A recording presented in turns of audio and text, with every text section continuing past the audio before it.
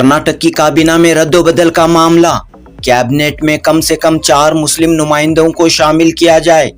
रियासत कर्नाटक की मारूफ समाजी व सियासी शख्सियत सैयद अशरफ का बयान।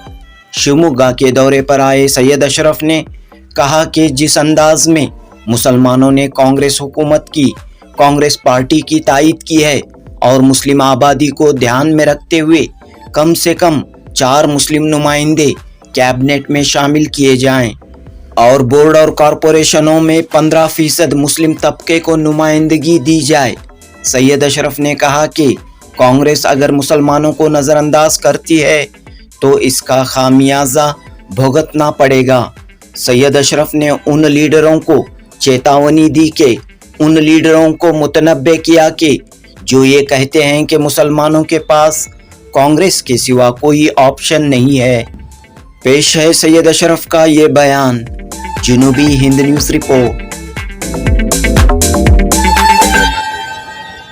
देखिए, कैबिनेट में फेर बदली करना ये मुख्यमंत्री का काम होता है, उनका डिस्क्रिशन होता है और हाईकमान की इजाज़त लेके जो है ना उनको कैबिनेट में रद्दोबदल करने की उनको हुक्म होता है हाईकमान की तरफ से। अब ये इनका मामला है, जहाँ तक मैं समझता हूँ कि अगर रद्दोबदल हो तो तब सिर्फ 2 मुसलमान कैबिनेट में थे। 2 मुसलमान हमारे इसके हिसाब से लिहाज से हमारी जो जिस तरह से हमारी आबादी है, आबादी के लिहाज से जो है ना ये बहुत कम है, क्योंकि इससे बेशतर जो भी हुकूमतें थी वहाँ 4-4, 5-5 मिनिस्टर हुआ करते थे। और पिछली इसमें भी कि अभी इनके एस.एम. कृष्णा साहब की सरकार में भी जो है ना 4 मिनिस्टर हुआ करते थे।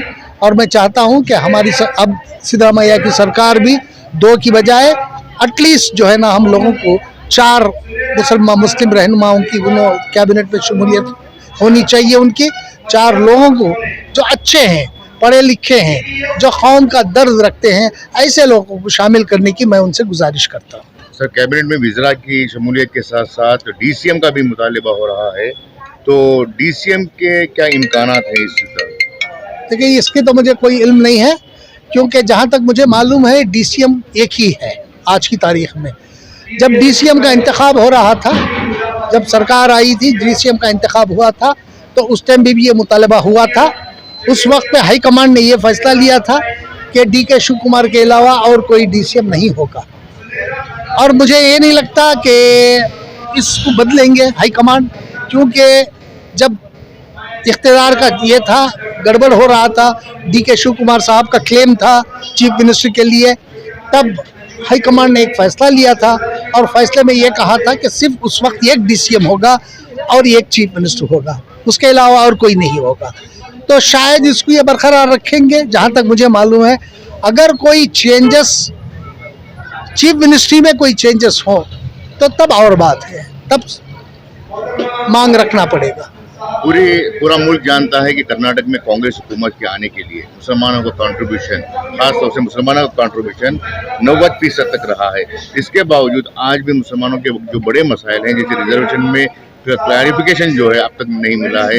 इसके अलावा जो बोर्ड या कॉरपोरेशन की चेयरमैन है, उसकी तकरीरी में भी जो है टाल मटोल किया जा रहा है। इस पर आप क्या है, हालांकि ये आप सीनियर कांग्रेसी होने के नाते आप क्या कहना चाहेंगे? देखिए, मैं ये कहना चाहूँगा कि इसमें कोई शक नहीं है कि मुसलमान 95% तक वोट किया। आज मैं ये भी क्लेम करता हूँ, इसका दावा है, मेरा दावा है कि दावे के साथ कहता हूँ कि जो भी सरकार आज बनी है वो मुसलमानों के सपोर्ट से बनी है। यहाँ तक के कर्नाटक के वज़ीर आला और नायब वज़ीर आला और कर्नाटक प्रदेश कांग्रेस कमेटी के सदर और होम मिनिस्टर, इन्होंने सब लोगों ने खुले अल्फाज में बयान दिया था कि जो है ना हमारी सरकार मुसलमानों की वजह बनी है। लेकिन मुसलमानों को जो है ना उनकी सही जगह, उनको जितना भी जिनकी मदद करनी है, जिनको जगह देना है हुकूमत में, ये नहीं मिल रही है। इसलिए जो है ना अब मैं हुकूमत से ये दरख्वास्त करता हूँ कि अगली सरकार, अगली जो रीशफलिंग में मुसलमानों को ज़्यादा से ज़्यादा कम से कम 4 मिनिस्टर कैबिनेट में दे और कम से कम जो है ना 15% बोर्ड्स एंड कॉरपोरेशंस में उनको जगहें दें मुसलमानों को, क्योंकि यहाँ जो है ना 20-20, 25-25, 50-50 साल से मुसलमान कांग्रेस के लिए काम कर रहे हैं, लेकिन आज तक उन्हें कोई नहीं मिला, कोई उनको ओहदा नहीं दिया गया है और उनको इग्नोर किया जा रहा है बार बार। और कब तक इग्नोर करते रहेंगे?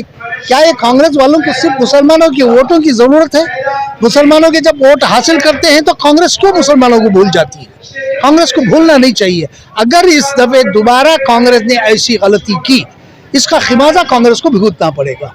मुसलमानों को फिर सोचना पड़ेगा कि किस पार्टी का साथ दे। अब कांग्रेस समझ रही है, अभी कोई मिनिस्टर, एक्स मिनिस्टर कह रहा था मुसलमानों के पास कोई ऑप्शन नहीं है, और मुसलमान कांग्रेस को वोट देने के सिवा मुसलमानों के पास क्या ऑप्शन है? नहीं, मैं उस लीडर को मैं कहना चाहता हूं, मैं उसका नाम लेना नहीं चाहता, मैं उस लीडर को कहना चाहता हूं कि मुसलमानों के पास और भी ऑप्शन है, घर बैठने के भी ऑप्शन है, किसी को वोट नहीं करेंगे।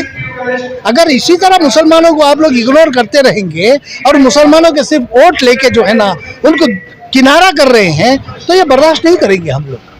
आइंदा जो भी सरकार, आइंदा जो भी फेरबदल होगा उसमें मुसलमानों को बाकायदा उनके इसके हिसाब से उनको नुमाइंदगी देनी चाहिए। ये हमारा डिमांड है।